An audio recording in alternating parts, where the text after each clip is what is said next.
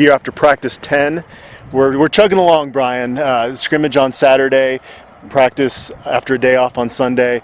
Didn't sound like it was their sharpest practice of the preseason. Yeah, it sounds like the players are kind of chugging along as well.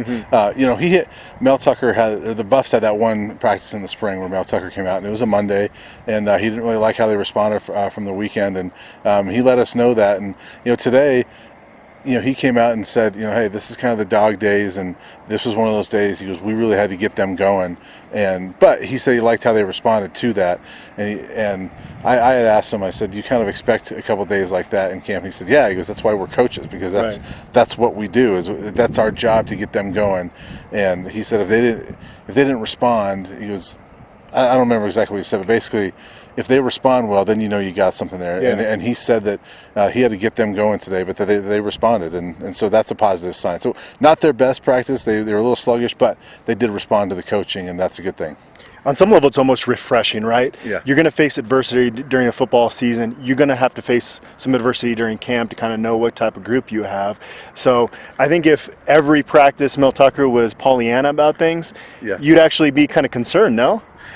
At least I thought it's either concerned or you'd be kind of like, is he telling the truth? Right, yeah. But Mel Tucker's been pretty honest, we think, with us, and so and that one day, I think it was last week when he was asked, Coach, every day you're saying this. He's like, I wouldn't say it if I didn't believe it. And so you have to kind of believe him. So things have been pretty good, but he came out today and did kind of tell us that things weren't as sharp today, and yeah, it is a little bit refreshing because it's refreshing to see a coach that's going to come out and tell you that and give you an honest assessment of what the practice is like, because too often I think in spring or preseason there is that Pollyanna, like, yeah, things are going great, and then you go out that week and lose the game.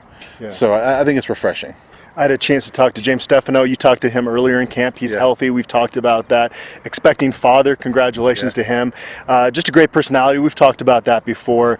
But he really has the wherewithal to get the team to really rally behind him. We heard the other day that the 49-yarder, all but two of his teammates thought that he was going to make the kick. It's just a cool story, and I hope he goes out there and has a lot of success this year, because last year wasn't a great situation he was put into.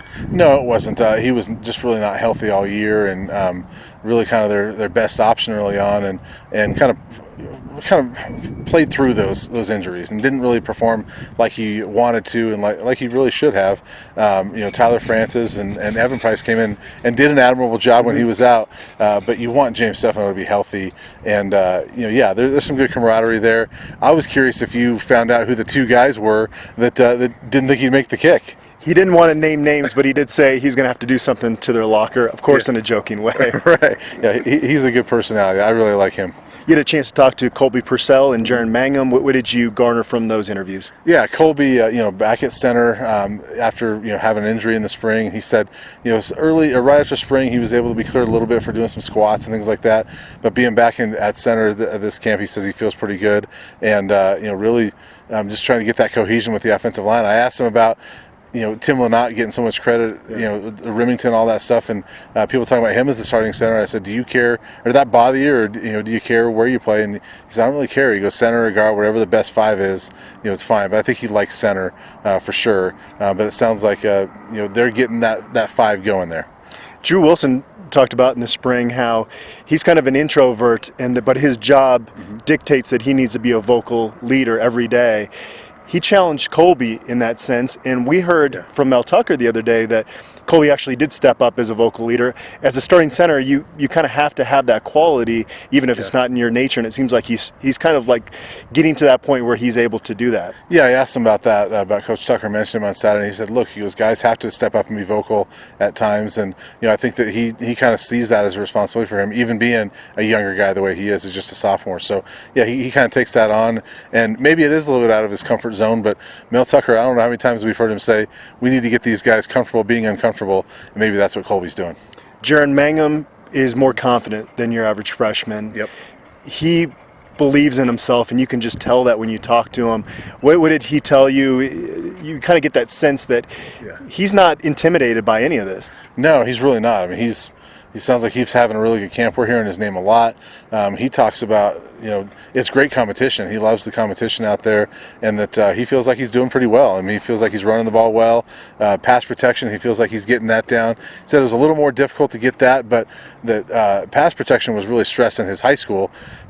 There wasn't a whole lot of passing opportunities, so he didn't get to do it much. So he's not too uncomfortable doing that, but he sounds pretty confident. And I expect him, and we've talked about it before, I think he's going to be one of the lead backs. I don't know if he's going to be the lead back, but he's going to be one of those guys that leads this team in rushing, and he is confident. I think that helps at that position.